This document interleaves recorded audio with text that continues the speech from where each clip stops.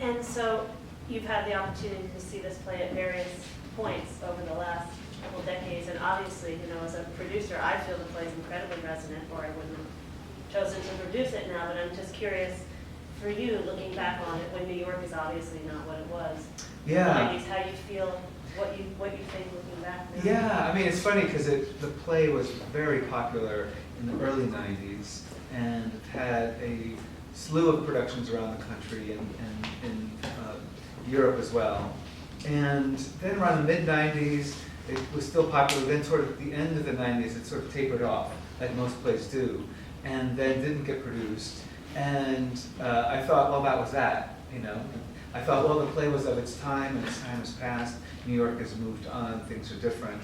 The crime fell, everything changed under Giuliani and all that stuff. And then 9/11 happened.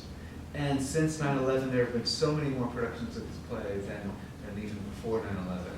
So I think the idea of this kind of apocalyptic challenge that we're facing in terms of the political landscape as well as an ecological disaster that we're facing, you know, I think it's made the play much more relevant. And I don't know, you know, I think, I don't know. I mean, I'm very turned on by theatrical theater as opposed to, you know, kind of living room drama theater, which, if anything, I hope this play inspires younger writers to embrace theatricality of theater and its inherent sort of possibilities as a place for religion, a place for mythology, and a place for, you know, heightened poetry and language.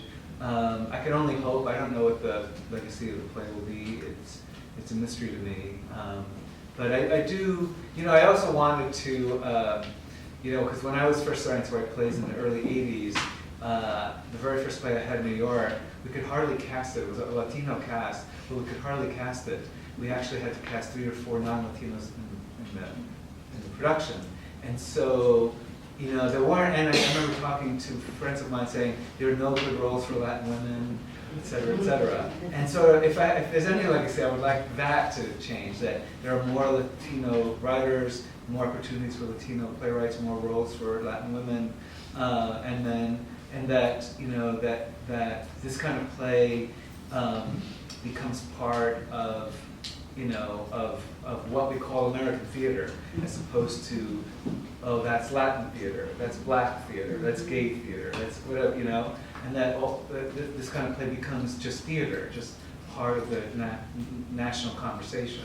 So I like theater that's big and loud and fun and crazy.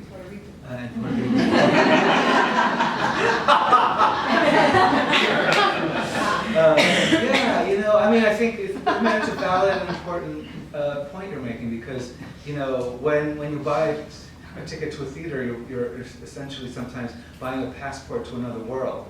And this is another world, you know, it's clearly another world for a lot of people in the audience. It is for me, I was never homeless. But, you know, I guess I ask you to sort of ask yourself, you know, have you ever felt like Marisol? Have you ever felt disoriented? Has the world ever, did you ever wake up thinking the world is not how you used to know it? Did you ever lose somebody and looked for them? You know, I think you go to the theater and find the things that you can relate to your own personal experience, because a good play will hopefully touch your humanity.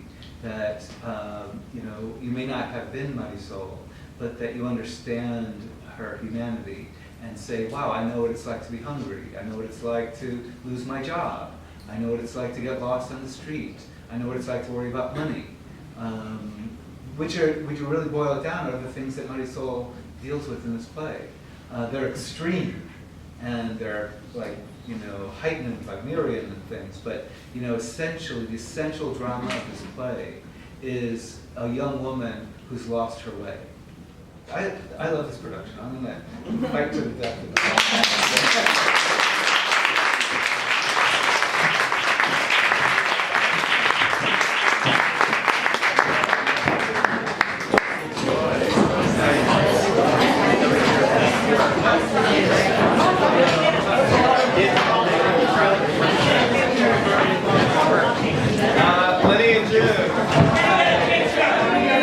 Traveling picture.